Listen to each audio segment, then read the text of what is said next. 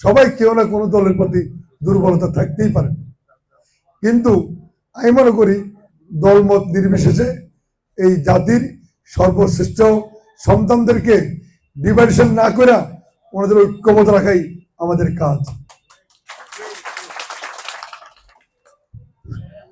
একজন একজন দল করতে পারে, সবাই তো এক দল করবে না, করবে কেউ এই দল করবে, কেউ সে দল করবে, কেউ ওই দল করবে, কিন্তু আমাদের যে গোড়া মেইন যে উদ্দেশ্য সেটা ছিল দেশপ্রেম।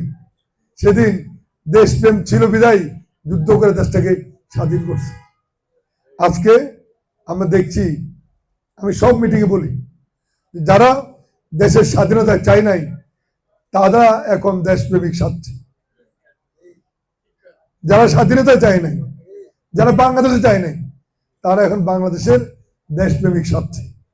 এরা মুসলমানদের লেবাস পরে ইসলামকে বুকে, ইসলামকে মানুষকে দেখিয়ে, ইসলামের নাম ভাঙিয়ে এরা ইসলামের ভিতরে দুশ্মনী করছে, দুশ্মনী করছে।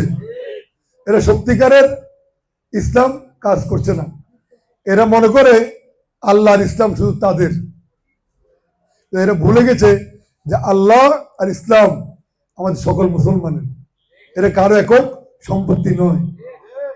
যে ভালো কাজ করবে সেই আল্লাহকে পাবে, আর যে ইসলামের যে আকিদা, ইসলামের যে নিয়ম, সেটা যিনি সঠিকভাবে পালন করবেন, আমি মনে করি ইসলাম তার জন্যই গুরুত্বপূর্ণ ভূমিকা রাখবে। এরা বলে সৎ লোকের শাসন চায়, আমরা বলি আমরাও সৎ লোকের শাসন চাই। সৎ, তুমি একা সৎ না, আমরাও সৎ। এই যদি মুক্তিযুদ্ধের অসৎ হইতো তাহলে বাংলাদেশ স্বাধীন হইতো? হইতো? কোনোদিন হতো। এরা সৎ লোকের শাসন চায়, আমরাও চাই সৎ লোকের শাসন, কিন্তু এরা মুখে বললেও এরা সেটা করে না। এরা বলে আমরা ইসলামিক ভাবে দেশ চালাতে চাই, আল্লাহর আইন চাই, কিন্তু আমি বলি যে তোমরা যদি সত্যিকারে ইসলাম চাও, আল্লাহর আইন চাও, তাহলে শরিয়া আইন ঘোষণা দাও যে আগামী ক্ষমতা করে তোমরা শরিয়া ভিত্তিক আইন চালু করে তোমরা দেশ চালাইবা, সেটা দাও, ঘোষণা দাও, তাহলে আমরা কিছুটা বুঝতে পারবো। তোমরা সেটা দাও না, তোমরা আমাদের কাছে বলে একরকম, আর বিদেশিদের কাছে যা বলো আরেক রকম, বিদেশির কাছে যা বলো আরেক রকম।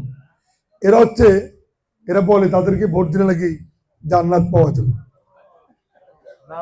হ্যাঁ, তাহলে এরা কেমন দল যে তারা এমন ভাবে আমাদেরকে মিথ্যা দিকে নিতে যাচ্ছে যে ভোট দিলে যদি জান্নাত পাওয়া যায়, তাহলে এই এলাকার মানুষ বা বাংলাদেশের মানুষ কেউ নামাজ, রোজা, হজ, যাকাতকে দিবে? ভোট দিলে যদি জান্নাত পাওয়া যায় তাহলে এগুলো কেন করবে এত কষ্ট করে? এই 5 ওয়াক্ত নামাজ পড়া একটা কষ্টের কাজ না? এই ভোরবেলা উঠা ঠান্ডার মধ্যে উঁচু করা মানুষ কেউ করতো না। সবাই আল্লাহরে ভয় পায়, আল্লাহরে পাইতে চায়, আল্লাহর সন্তুষ্টি লাভ করতে চায়, সেজন্য আমরা নামাজ রোজা পড়ি। ভোট দিলে যদি কারোর পাওয়া যেত তাহলে তো কেউ এগুলো করতো না।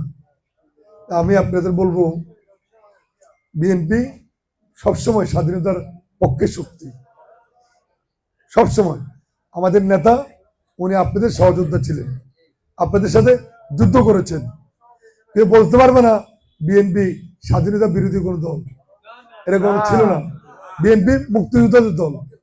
হ্যাঁ, আমাদের দেশে যারা মুক্তিযুদ্ধ করছে স্বাধীনতার পরে, এই মুক্তিযোদ্ধারা কেউ এই দল করেছে, কেউ ওই দল করেছে, এর বাইরে তো কিচ্ছু না। এর বাইরে কিছু আছে?